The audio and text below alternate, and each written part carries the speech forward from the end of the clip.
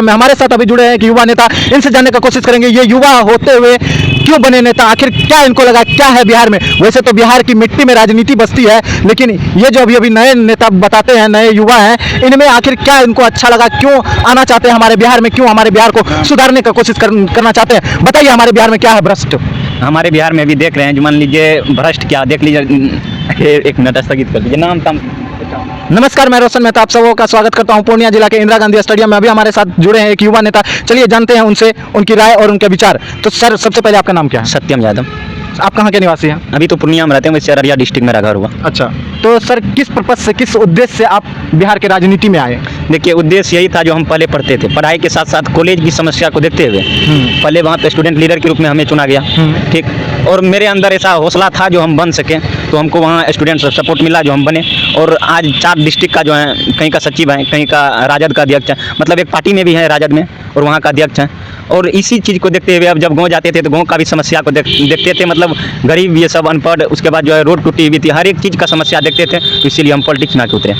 अच्छा, तो आपने जो समस्या देखा उस समस्या को सुधारने के लिए राजनीति में आया? जी, उस समस्या को सुधारने। अच्छा, आपको क्या लगता है आपके गांव में, हमारे शहर में, मतलब जो हमारे छोटे मोटे शहर हैं जैसे पूर्णिया विश्वविद्यालय, इसमें इस बार अभी क्या हुआ कि बहुत सारे बच्चों का नाम नहीं आया। तो आपने पहले बताया छात्र नेता है, तो इस जो ये समस्या है इसको लेकर के आपका क्या विचार है, क्या राय है? देखिए, नाम जो देखिए आजकल जो है ना, मेन सिचुएशन ये है, जो गाँव घर में उतना पढ़ा लिखा लड़का, ठीक, हाँ, जो उतना पढ़ा लिखा नहीं है, कंप्यूटर वाला दुकान खोल दिया है, हाँ, उसको फॉर्म अप्लाई करने नहीं होता है, और वो कहीं बिहार की जगह चंडीगढ़ कर देता है, चंडीगढ़ की जगह हरियाणा कर देता है। यही सब गलती ले करके तो मान लीजिए किसी का फॉर्म रिजेक्ट हो गया या रद्द हो गया, इसीलिए पूर्णिया में इतना रद्द हुआ है।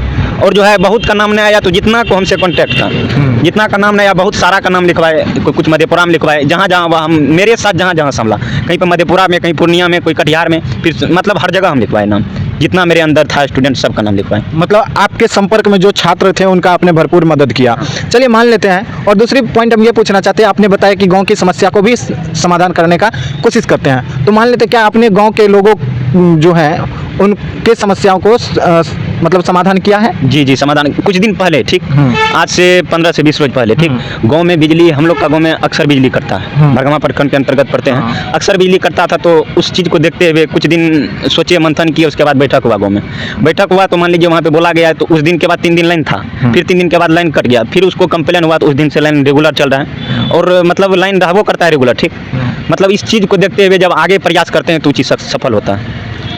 इसके लिए आप किसको दोषी मानते हैं? देखिए, इसके लिए हम सरकार को दोषी मानते हैं, जनता को नहीं मानेंगे, क्योंकि जनता का जितना हिम्मत रहेगा उतने नहीं लगा सकता है। सरकार का काम है जो जनता का देखभाल करना, ठीक, जनता का काम नहीं है जो मतलब हम ये कर दें। सरकार देखभाल करके ही काम कर सकते हैं, कहाँ क्या है नहीं, क्योंकि उसके अंतर्गत पावर है ना, सब चीज़ उसके पास है। यही कारण जो है, मान लीजिए अभी हर एक चीज़ का देख रहे हैं, अररिया में से ही पुल टूट गया था कुछ दिन पहले, मान लीजिए उद्घाटन से पहले पुल टूट जाना, वो तो सरकार का बेइज्जती है ना। तो यही लेकर के बहुत चीज़ देखते हुए हम राजनीतिक में भी आए थे, और यही सब देख करके हम अभी छात्र नेता भी हैं। जी, अच्छा।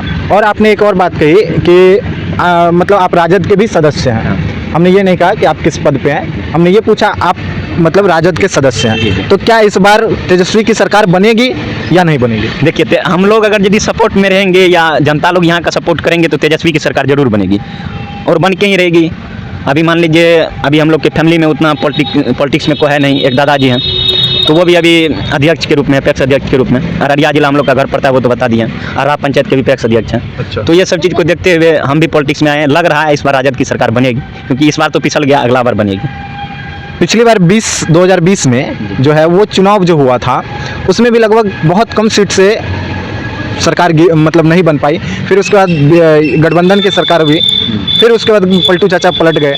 अब जो है, अब क्या रणनीति है? देखिए, पलटू चाचा पे कोई चीज़ का भरोसा ही नहीं है। हाँ। उस पर तो भरोसा करना ही नहीं चाहिए, क्योंकि बोलते कुछ हैं, करते कुछ हैं। क्योंकि इधर देखिए, वैकेंसी आया, एग्जाम रद्द हो जाता है, फॉर्म भर के। अब मान लीजिए स्टूडेंट की समस्या देखिए, कोई फॉर्म भरा है, एज पुरने वाला है उसका, तो मान लीजिए अब एज पुरने वाला है, एग्जाम रद्द कर देगा तो उसमें एग्जाम लेने में लेट होगा, एज पुर जाएगा, ऐसे में उसका नौकरी खत्म हो जाएगा। जो भी नौकरी का तैयारी करेगा, मान लीजिए एज जब हो जाएगा तो उससे ज़्यादा फॉर्म भर नहीं सकता। यही कारण उस पर कोई चीज़ का भरोसा नहीं किया जाए पलटू चाचा पे, क्योंकि वो बार बार वो पद देख के पलट जाते हैं। बिहार में एक और समस्या है, चाहे कोई भी एग्ज़ाम हो, बीपीएससी हो, बीपीएससी टीचर वाला हो, एसएससी, बिहार एसएससी हो, ठीक है।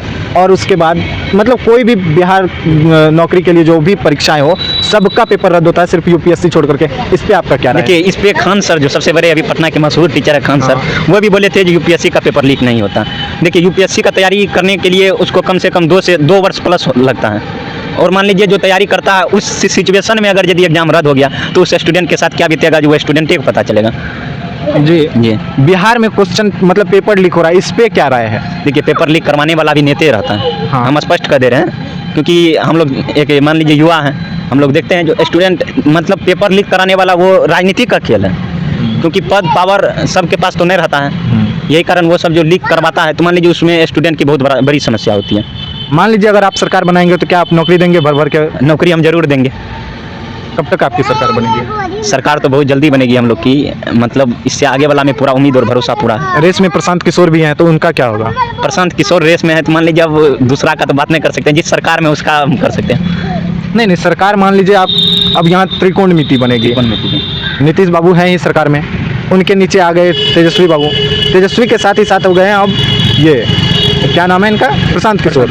अगर मान लेते हैं अब प्रशांत किशोर भी टक्कर में है, तेजस्वी यादव भी टक्कर में है और प्रशांत किशोर भी टक्कर में है, इनका भी सपोर्टर उनका भी सपोर्टर तो उनका भी सपोर्टर, सरकार तो किसी एक की बननी है। जी सरकार। तो इस कंडीशन में क्या रहेगा, क्या लगता है आपको? इस कंडीशन में हमको लगता है जो सबसे मान लीजिए अभी युवा भी है तेजस्वी यादव, जिससे हम लोग बहुत जल्दी मिल के भी बहुत सारी बात करना चाहते हैं, क्योंकि मेरा सोच था जो एक दिन तेजस्वी यादव से भी मिले और बहुत जल्दी मिलेंगे भी, क्योंकि कुछ दिन पहले हमको जाना था पटना नहीं जा पाए, लेकिन अब बहुत जल्दी मिल करके तब आपको हम इस चीज़ का सलाह देंगे, जो सरकार बनेगी तो बनेगी।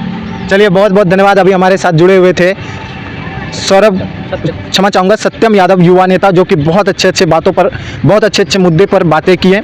इनका मुद्दा रहा ज़्यादातर छात्र को लेकर के, छात्र की समस्या को लेकर के, और उसके बाद रही सही गांव की समस्या को, और ये 4 जिलों में जाने जाते हैं, तो इनसे मिलकर के हमें भी बहुत खुशी हुई और हम बहुत सारी समस्याओं को जानने का कोशिश किए। चलिए तब तक के लिए जय हिंद।